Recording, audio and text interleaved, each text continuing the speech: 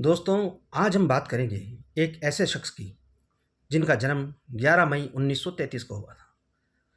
भारतीय हिंदी सिनेमा के दिग्गज पटकथा लेखक रहे हैं वो दोस्तों। आपने भी नाम नहीं सुना होगा शायद उनका। उनका नाम था सागर सरहदी। सागर सरहदी साहब ने कभी कभी चांदनी, सिलसिला, नूरी, दीवाना, कहो न प्यार है जैसी कई बेहतरीन फिल्मों की पटकथा लिखी दोस्तों।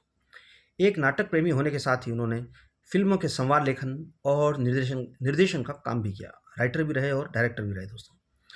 स्मिता पाटिल की सबसे यादगार फिल्मों में से एक बाजार की न केवल सागर सरहदी ने कहानी लिखी। जो बाजार फिल्म थी स्मिता पाटिल की, उन्होंने इसकी कहानी भी लिखी थी और इस फिल्म के वो निर्माता निर्देशक भी रहे थे दोस्तों। सागर सरहदी ने समय के साथ साथ रंगमंच की दुनिया में फारूक शेख और शाबाना आजमी जैसे दिग्गज कलाकारों को मौका दिया दोस्तों।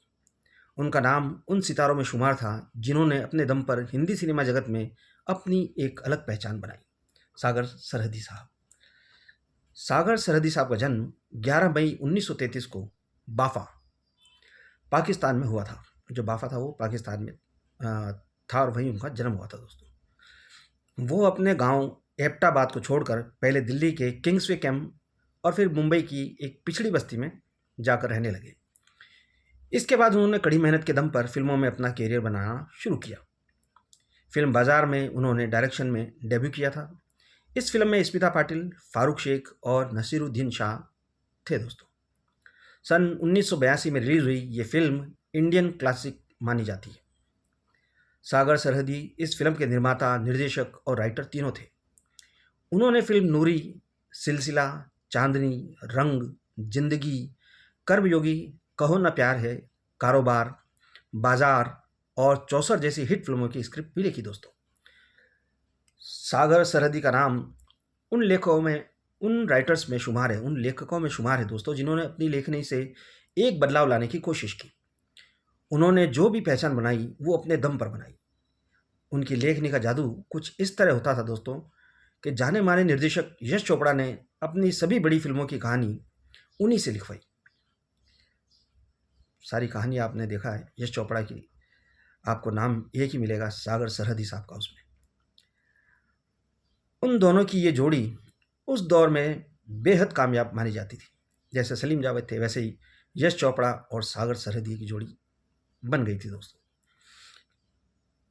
अब दोस्तों, उनका नाम सागर सरहदी कैसे हुआ, कैसे उनके नाम ये बना सागर सरहदी, इस पर साथ साथ सरहद पार जैसी फिल्मों के लेखक और जाने माने निर्देशक अभिनेता रमन कुमार ने बताया था कि मैं सागर जी के साथ शुरू से ही जुड़ा रहा हूँ। आज मैं जो भी हूँ उन्हीं की वजह से हूँ। ये कहना था अभिनेता रमन कुमार साहब का। तो उन्हीं से सीखा लिखना। सरहदी सागर जी का तकल्लुस जो था, क्योंकि वो सरहदी थे, पाकिस्तान से आए थे। पाकिस्तान में जहाँ वे रहते थे वहाँ से अफ़गानिस्तान ख़त्म होता था और हिंदुस्तान शुरू होता था। आज़ादी से पहले उस इलाके को सरहद कहा जाता था। देश के विभाजन की वजह से उन्होंने अपना घर, अपना वतन, अपना इलाका छोड़ना मुनासिब समझा। वो सरहद से आए थे, इसलिए उन्होंने अपना नाम सरहदी रख लिया था दोस्तों। ये वजह थी कि उन्हें सागर सरहदी कहा जाता था दोस्तों। सागर सरहदी के कैरियर में शुरुआती दिनों में उन्होंने मसीहा, मिर्ज़ा साहिब जैसे नाटक लिखे जिसमें देश के विभाजन का जिक्र रहा। जब भारत का विभाजन हुआ तब उनकी उम्र 8 से 9 वर्ष की थी दोस्तों। उन्होंने उस दर्द को बहुत करीब से महसूस किया था। ये दर्द उनके नाटकों में भी झलकता था। लेकिन हाँ, किसी बात पर रोना उनके व्यक्तित्व में नहीं था। वो हमेशा सकारात्मक सोचने वाले इंसान थे, हमेशा पॉजिटिव सोचते थे दोस्तों। पैसों के लिए कभी काम नहीं किया सागर साहब ने। अपने काम के साथ किसी भी तरह का समझौता करना वो पसंद नहीं करते थे। सागर जी अपने मन की सुनते थे। उन्होंने कभी समझौता करना पसंद नहीं किया दोस्तों। कभी कभी दूसरा आदमी, सिलसिला जैसी फिल्में उन्होंने लिखी। वे अपने लेखन से समझौता करना कभी पसंद नहीं करते थे। उनके पास कई लोग आते थे काम के लिए, उन्हें मुंह मांगी रकम देने के लिए भी तैयार होते थे दोस्तों। उन्होंने राज कंवर की दीवाना लिखी। काम वही किया जो उनको पसंद आया। ये नहीं सोचा कि इसके लिए ज़्यादा पैसे मिल रहे हैं तो कर लूँ। अभिनेता और निर्देशक राकेश रोशन उनके पास कई बार आए। वे चाहते थे कि सागर साहब उनके लिए लिखें और तब उन्होंने कहा कि तुम्हारे बेटे के लिए उसकी पहली फिल्म मैं ज़रूर लिखूंगा। राकेश रोशन को ऋतिक रोशन के लिए कहा दोस्तों। उन्होंने ऋतिक रोशन की पहली फिल्म कहो ना प्यार है लिखी दोस्तों। शायद आपको मालूम नहीं होगा, सागर सरहदी साहब की फिल्मों में औरतों को ताकतवर रूप में ही दिखाया जा रहा है। मतलब उनकी हर फिल्म में औरत को स्ट्रॉन्ग दिखाया गया दोस्तों। वे इस बात पर यकीन भी क्या करते थे। उनके नाटक तन्हाई, दूसरा आदमी में भी यही दिखाया गया है। उनके नज़रिए से समाज को बदलने के लिए महिलाओं का आगे आना बेहद ज़रूरी माना उन्होंने कि महिलाओं को हमेशा आगे रहना चाहिए। तो सरहदी ने इस पर भी बहुत अच्छा काम किया। बहुत सारी उन्होंने नाटक किए, बहुत सारे फिल्मों में भी उन्होंने इस चीज़ को दिखाया दोस्तों। बाजार, कभी कभी और दूसरा आदमी, ये तीनों फिल्में थी जो उन्हें बेहद पसंद थी और वो हमेशा से ही कुछ ऐसा नया लिखना चाहते थे। कुछ नया हो, घिसा पिटा नहीं हो, ये उनकी आदत में था दोस्तों। सागर सरहदी ने स्मिता पाटिल को लेकर बेहद खूबसूरत फिल्म बनाई थी जिसका नाम था तेरे शहर में, लेकिन इस फिल्म को कभी रिलीज़ नहीं कर पाए वो। इसकी वजह थी निर्माताओं के साथ फाइनेंस के झगड़े। उन्होंने कहानी लिखी, उसका निर्देशन भी किया। इस फिल्म के नहीं होने का मलाल उन्हें अंत तक रहा था दोस्तों। बहुत तमन्ना थी कि ये फिल्म रिलीज़ हो जाए, पर पॉलिटिक्स बहुत होती है साहब फिल्म इंडस्ट्री में, और ये फिल्म रिलीज़ नहीं हो पाई दोस्तों। एक और फिल्म चौसर थी जो पूरी तरह से तैयार थी। नवाजुद्दीन सिद्दीकी की पहली फिल्म थी दोस्तों। इसे फिर से रिलीज़ करने की बात चल ही रही थी, लेकिन लॉकडाउन हो गया और फिल्म कभी भी रिलीज़ नहीं हो सकी दोस्तों। चौसर, जिसको रोक लिया लॉकडाउन ने दोस्तों। सागर सरहदी को न बड़े घर का शौक था और न ही गाड़ियों का। साइड में उनका एक घर था, उसी में वे अकेले रहा करते थे क्योंकि वो शादीशुदा नहीं थे दोस्तों। उन्होंने खुद ये फैसला लिया था कि वे कभी शादी नहीं करेंगे। ये फैसला उन्होंने अपने कॉलेज के दिनों में ही ले लिया था। उनका मतलब उन्होंने कहा था कि वे शादी इसलिए नहीं करना चाहते क्योंकि उन्हें अपने काम के साथ किसी तरह का समझौता नहीं करना पड़ेगा। अगर शादी करेंगे तो बहुत सारी चीज़ों से उन्हें समझौता करना पड़ता दोस्तों। तो उनका जो लगाव था सिनेमा के प्रति इतना ज़बरदस्त था कि कहीं लेखनी में पत्नी का कोई मतलब नाराज़गी या फिर दखल होगा तो वो इसे बर्दाश्त नहीं कर पाएंगे। तो उन्होंने शादी ही करना का प्रोग्राम कैंसिल कर दिया दोस्तों। उन्होंने कभी शादी नहीं की दोस्तों।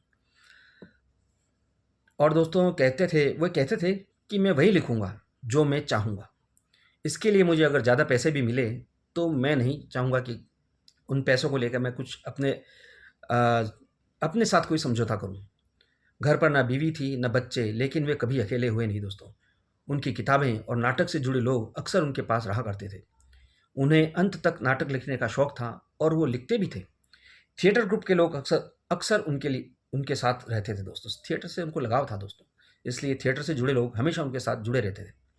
जाने माने निर्देशक और निर्माता रमेश तलवार सागर सरहदी के भतीजे थे।